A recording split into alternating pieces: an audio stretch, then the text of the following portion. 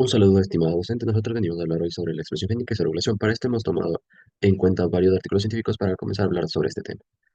Para iniciar tenemos el primer artículo, que es el uso de un agonista para aliviar el daño del ADN en la nefritis lúpica en un modelo de animal, que va a ser el ratón, y este va a ser un sistema mediante la restauración de la expresión génica de reparación del ADN.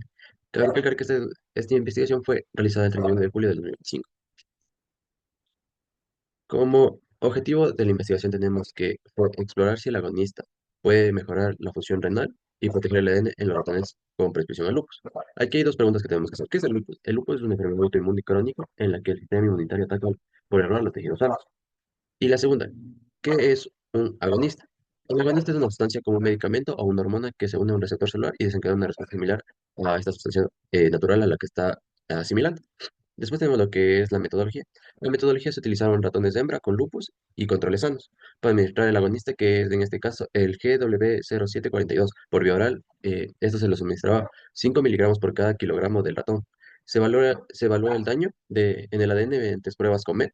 Se analizaron genes de respuesta y reparación y además de biomarcadores renales, el balance redox y el estudio histológico para saber cuánto daño o cuánta reparación hubo en este.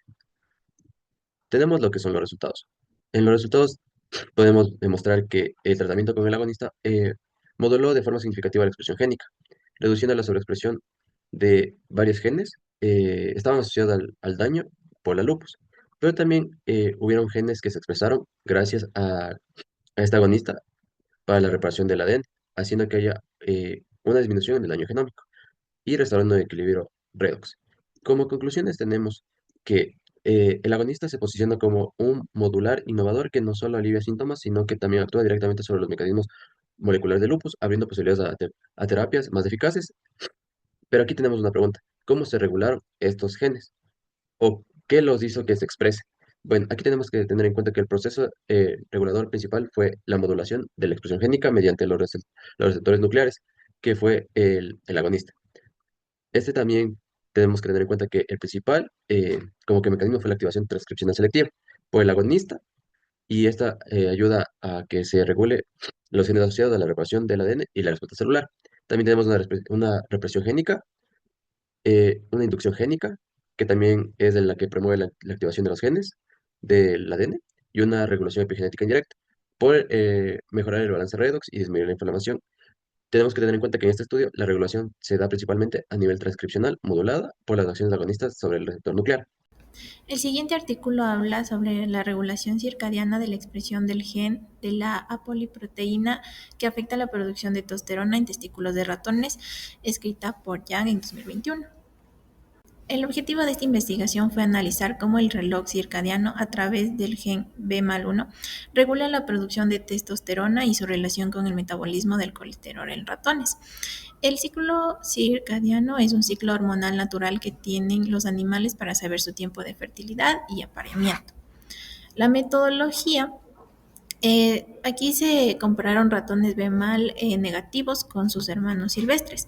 Se realizaron análisis transcriptómicos en distintos tiempos circadianos, PCR cuantitativa, enriquecimiento de vías metabólicas y tinciones histológicas para poder observar la acumulación lipídica en células de Leydig. Estos ratones B-1 negativos significa que son ratones mutados a los cuales se les inhibió este gen que regula el ciclo circadiano. En resultados obtuvimos que los ratones sin B-1 mostraron niveles muy bajos de testosterona, reducción en espermatozoides y pérdida de ritmicidad en la expresión de los genes. Se detectó desregulación de ApoA1, 2 y 3, y claves en el transporte del colesterol, lo que generó menor acumulación lipídica y difusión en la producción hormonal. Como conclusiones tenemos que el reloj circadiano no solo controla genes esteroidogénicos, sino también apolipoproteínas que garantizan el transporte de colesterol. Su alteración afecta la homeostasis lipídica y compromete la fertilidad masculina. El control circadiano transcripcional consiste en un factor de transcripción central del reloj biológico que en su esencia elimina la ritmicidad de algunos genes.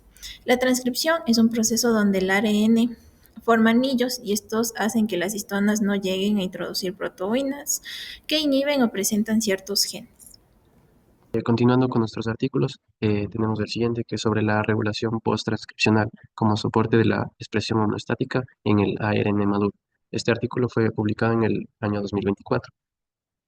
Comenzamos primero viendo que la regulación post-transcripcional es un proceso fundamental en la expresión génica. Esta regulación ocurre después de la transcripción del ADN al ARN y controla cómo el ARN mensajero maduro se procesa, estabiliza y se traduce en otras proteínas, permitiendo que las células respondan con precisión a diferentes condiciones y mantengan su función. El objetivo de este estudio fue analizar cómo la regulación post-transcripcional amplifica la expresión específica del ARN precursor para mantener los niveles constantes y estables del ARN maduro en distintos tejidos y en condiciones tanto normales como de enfermedad. Para ello se utilizó la siguiente metodología. Bueno, aquí se utilizaron datos de ARN secuencial de miles de células, más de 3.000, en este caso de tejidos humanos y de mamíferos.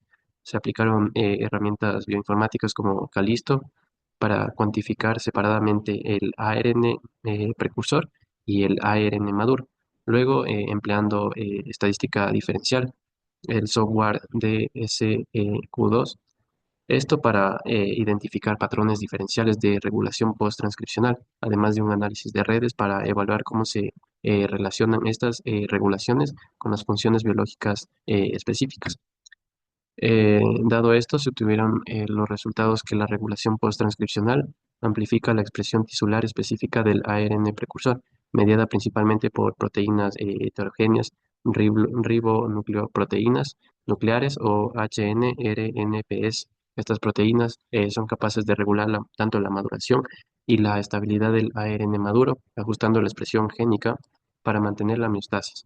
Asimismo, estabilizan la expresión incluso en condiciones patogénicas. Como vemos aquí en la figura, podemos ver cómo se ilustra la regulación post-transcripcional y cómo amplifica la expresión tisular del ARN precursor, destacando la función central de las HNRNPS en este mecanismo. Y como conclusiones tenemos que la regulación post-transcripcional y las HNRNPS son fundamentales para la estabilidad y precisión en expresión génica, con potencial de aplicación clínica en biomarcadores y terapias génicas.